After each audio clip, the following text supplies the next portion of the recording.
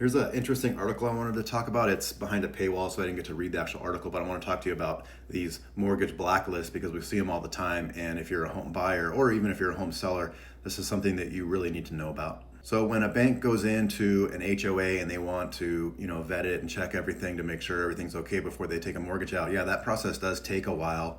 But a lot of the big banks have already done this multiple times, even in that same building. So a lot of the background work and a lot of the labor is already kind of done. But every now and then, a bigger bank or even if a small bank comes in and they don't know anything about the building, it may take a little bit longer during the escrow process for them to vet the building. So what I like to do when I'm writing offers for my buyers and when I'm representing sellers for condos, do the same thing. And that's talk to some of the lenders and say, hey, have you done business here? Can you check it out? And they'll just pull it right up and look at it and say, yep, okay, well, the last time we did a deal here was da da da, and everything was fine. Or they'll say, hey, there is an issue here. We've noticed a couple of years ago we had a issue with the balconies on one of the properties that we were in escrow with, but luckily we had a finance contingency, so we renegotiated the rate because we had to switch to a different lender because the original lender had a red flag on the property because they were on this mortgage blacklist. So just something to think about if you're selling your home. Make sure that you've got a listing agent that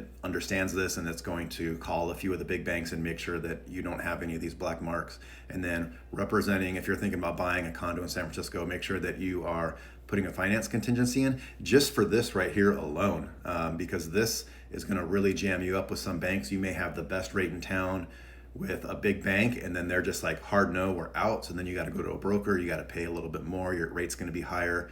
And without a finance contingency, you don't have the flexibility to back out and get your deposit back, or what's more likely, just renegotiate the price. If you're buying a condo and you did not know about this, check the link in my bio. It's got all my contact information. I would love to work with you. There's a ton more that you need to know, and love to connect with you.